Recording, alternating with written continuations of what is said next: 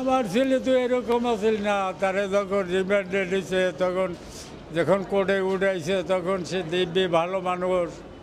আজকে 5 দিন রিমান্ডের পর কোর্টে উঠাইছে, সে চলতে পারতেছে না, তাকে পুলিশে হাত ধরে জাগাইয়ে নিতেছে, তার কোনো সারা শব্দ নাই।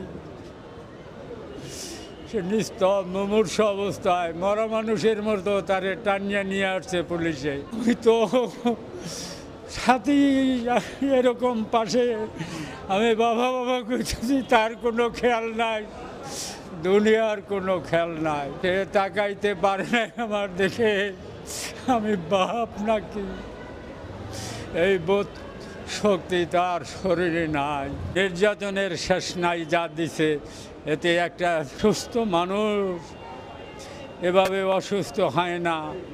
যে নির্যাতন করছে তার শরীরের কিছু নাই। আল্লাহ যদি তার হায়াত দারাজ করে তাহলে সে বাঁচিয়ে থাকবে, তা নাহলে তার বাঁচার পথ আমি দেখি না।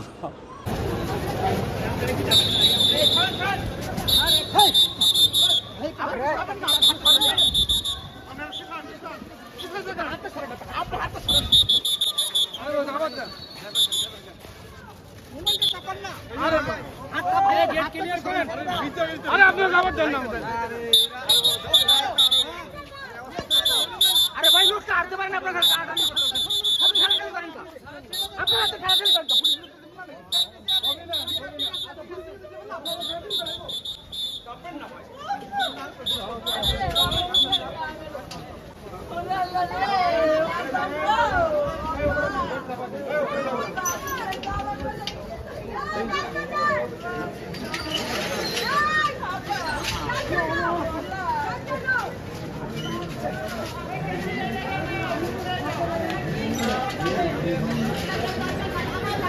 তাকে প্রচণ্ড টর্চার করা হয়েছে, ঝুলিয়ে পিটানো হয়েছে। ইভেন আজকে সকালে যেদিন শেষ নিয়ে আসবে সেদিনও তাকে ফুটবলের মতো খেলার মতো তাকে লাথি মারা হয়েছে এপাশ থেকে ওপাশে।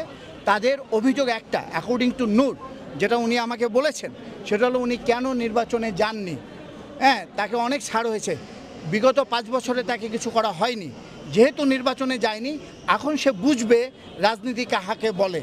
এটাও তাদের একটা আক্রোশ।